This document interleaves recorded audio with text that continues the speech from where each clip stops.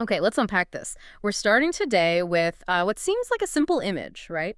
A signature, maybe an embossed mark, a digital certificate. Hmm. Just one small symbol that holds, well, profound professional trust, pretty intense legal liability, and honestly, the absolute weight of public safety. And that symbol, the professional seal, it's really the cornerstone of accountability in Canadian engineering and geoscience. It's the thing that takes a technical document from being, just a suggestion Right. into a certified declaration. Absolutely. So today, we're doing an in-depth exploration, a real deep dive into this essential symbol. It's way more than just regulatory window dressing. It's the formal kind of binding declaration of competence. It really underpins how these self-regulating professions serve and, importantly, protect the public. And for you, the listener, especially if you're, say, preparing for a critical meeting or maybe navigating the legal stuff on your first big project, Or studying for the NPPE exam. or exactly aiming for success on the NPPE exam, our mission here is to clearly define this landscape. We really need to understand precisely what that seal means when you absolutely must use it, and the critical consequences of getting it wrong. Yeah, the stakes are high. And actually, before we really dive into the core material, if you want more resources and these kinds of deep dives to help you be successful on the NPPE exam, definitely hit that subscribe button right now. Don't miss out. Okay, so let's begin by defining the symbol itself. What are we actually certifying when we, put that seal on a document? Good question. What is it? Well, it's a unique identifier. It's issued by the specific provincial or territorial association, like APIGA in Alberta or Engineers and Geoscientists BC. Got it. And it has to physically or nowadays digitally bear the professional's full name, their unique license number, and the official title of that association. That makes it intensely personal, doesn't it? Which is interesting because, most legal liability you think about on big projects feels corporate, right? Yeah, The firm. that's a key point. So how does this personalized seal differ from, say, the liability of the engineering firm itself? Well, that personalized nature is the core of professional self-regulation. It's built on a social contract, really. The association licenses an individual, not a company. Ah, So the seal acts as a physical representation of that contract. When a professional applies that seal, they are making a formal declaration to the public. okay. And this declaration covers three critical areas. Okay. What are those three fundamental roles then? Well, first, there's accountability. Mm-hmm. Identifying that single individual who assumes responsibility for the work. Right. The buck stops with them. Exactly. Yeah. And second, public protection. It's about assuring everyone that the work meets the expected standard of care. Okay. Standard of care. You've used that term a couple of times now. Mm. For our listener, especially maybe those tackling the NPPE, that term is critical, but it can feel a bit abstract. How should we define it concisely? Yeah, that's a great point to clarify. The standard of care is essentially the legal benchmark.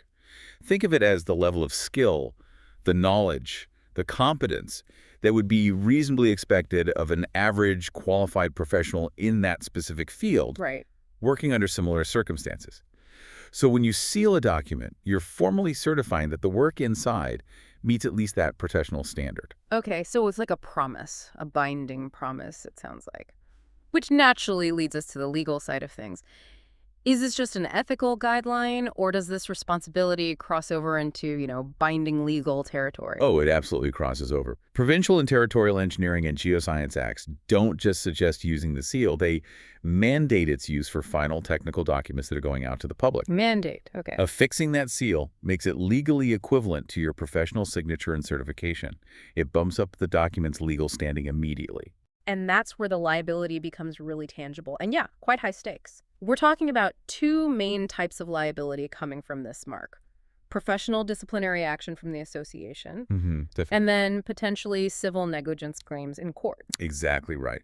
Failing to apply the seal when you're supposed to, or misapplying it, like sealing work that's deficient, Yeah. that isn't just a regulatory oopsie, it is professional misconduct. Right. And that can lead to serious consequences. Mm-hmm. License suspension, even revocation, or pretty hefty financial penalties imposed by the association. Wow. And the courts, they take this extremely seriously, too, moving it into that civil realm. You mentioned there's case law that really shows how judges interpret this mark. Tell us a bit more about that British Columbia Supreme Court case you were talking about. Yeah, that case gets cited a lot because it sets such a clear precedent. Basically, an engineer was held personally liable when the foundation drawings they sealed for a project turned out to be deficient, Personally liable. Okay. personally liable. And it led to significant structural issues. The court interpreted the act of sealing those drawings as a certification that they complied entirely with the National Building Code. The entire code. The entire code. That interpretation established a very direct link between putting that seal on the paper and compliance with all those statutory and regulatory requirements. It was a big deal. That's a huge burden, isn't it? Certifying compliance with a whole national code through just one small act. But, I mean, that must have created a lot of anxiety among professionals, right? Which led to an important clarification from the Supreme Court of Canada, the SEC. Yes, exactly. The SEC needed to step in to kind of manage expectations, both public and judicial. They clarified that the seal indicates competence, diligence, and authorship. But, and this is the key part, it is not a guarantee of perfection. Okay, that's a crucial distinction. Why was that needed? Well, because without that clarification, the public or maybe a judge might mistakenly think sealing a design meant the structure could never ever fail, no matter what happened externally or if unforeseen issues cropped up. Right, infallibility versus competence. Precisely. The SEC emphasized that the professional is liable for failing the standard of care, not for achieving absolute perfection. It's about reasonable diligence, not guaranteeing zero problems ever. That's a distinction vital for anyone entering the field. You are promising diligence, not perfection. Exactly. And that really requires a moment of reflection, I think. This tiny mark, a symbol of immense trust, is arguably the biggest ethical and legal hurdle a professional will face daily. The consequences are personal, and they can be really long-lasting. So let's get practical for the learner then. Given these high stakes, what are the clear rules? When is sealing absolutely mandatory? Okay, the simplest rule is this. When the document is final and is being issued, to clients, regulators, contractors, the public, whoever, you must sign it, date it, and affix your seal. And that covers all the core technical stuff. All your core technical outputs, yeah. Can you maybe list some specific examples of required documents? Certainly.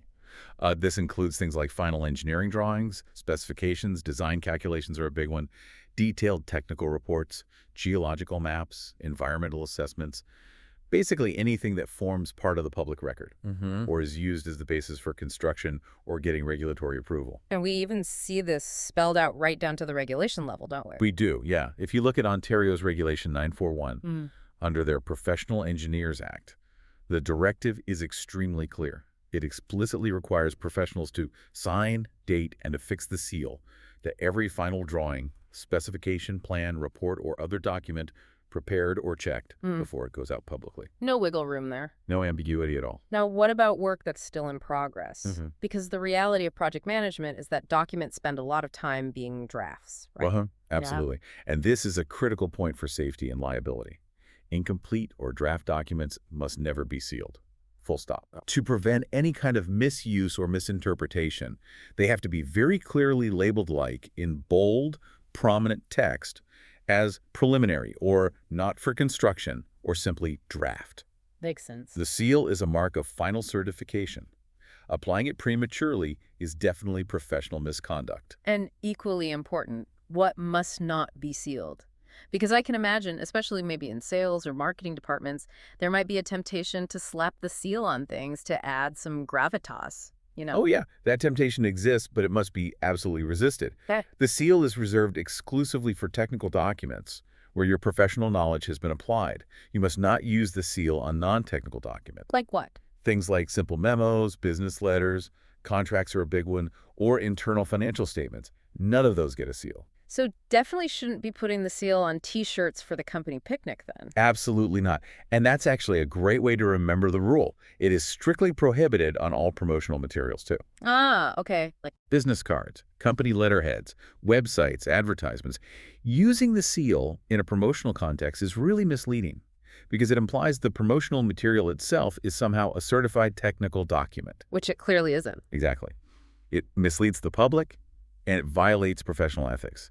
The seal has legal meaning, not marketing value. Remember that. That clarity really helps anchor the rules. Okay, now let's focus on the ethical burden and control. This gets tricky, especially on massive projects with hundreds of people involved, right? Applying the seal requires verifying correctness and competence.